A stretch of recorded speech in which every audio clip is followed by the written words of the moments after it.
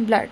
Humans blood का इस्तेमाल काफ़ी तरीके से करते हैं, जैसे कि हर एक ऑर्गेनिज्म को for the exchange of gases and for the removal of harmful substances कुछ मैकेनिज्म चाहिए होता है, जैसे लोअर इन्वर्टिब्रेट्स स्पॉन्जेस वगैरह में वाटर डिफिशिएंट सिस्टम सब काम करता है। But higher organisms like humans, उनमें डिफरेंट स्पेशल फ्लूइड्स होते हैं। तो उसमें से ह्यूमंस में स्पेशल फ्लूइड है ब्लड एंड लिम्फ। फिर हम ब्लड को डिटेल में पढ़ेंगे, उसके बाद लिम्फ पढ़ेंगे। तो ब्लड में मेजरली होते हैं दो component, which is plasma and formed elements. Plasma constitute 55% of the blood, meanwhile formed elements 45% constitute करते हैं। प्लाज्मा के पास मेजरली कहें तो 3-4 जो उसके पार्ट्स हैं। First of all it's mainly composed of water, जो कि वाटर उसमें होता है 90-92% ऑफ वाटर प्रेजेंट होता है प्लाज्मा में। बाकी 6-8% प्रोटीन्स होते हैं, 3 प्लाज्मा प्रोटीन्स होते हैं, इसको हम देखेंगे। और कुछ मिनरल्स होते हैं एंड न्यूट्रिएंट्स। तो प्रोटीन्स जो होते हैं प्लाज्मा प्रोटीन्स 3 होते हैं। First is albumin. एल्ब्यूमिन का काम होता है to maintain the osmotic balance of the body. Second is ग्लोब्यूलिन्स।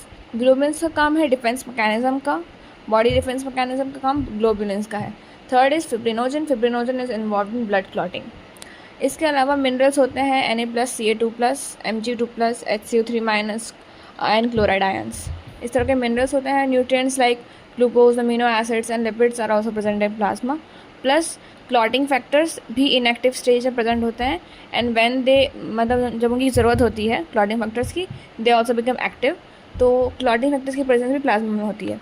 एक ये चीज़ होती है कि अगर हम प्लाज्मा को ऐसा बना दें कि इसमें क्लॉटिंग फैक्टर्स निकाल दें, मतलब प्लाज्मा माइनस क्लॉटिंग फैक्टर्स, तो जो फ्लूइड बनता है उसको बोलते हैं हम serum. Next up formed elements. Formed elements होते हैं 3। एक होता है erythrocyte which is RBCs, red blood cells और red blood corpuscles. Second is leucocytes which is WBC, white blood cells और वाइट ब्लड कॉर्पस्कल्स। WBC में हम दो तरह के WBC होते हैं, इसको हम डिटेल में पढ़ेंगे आगे, which is granulocyte and A granulocyte. Based on their presence, like कैसे वो दिखते हैं इन द माइक्रोस्कोप, उस हिसाब से हमने उसको ग्रैनुलोसाइट और ए ग्रैनुलोसाइट की तरह कैटेगराइज किया है। थर्ड इज थ्रोम्बोसाइट्स या तो प्लेटलेट्स। थ्रोम्बोसाइट्स और platelets, these are the 3 formed elements.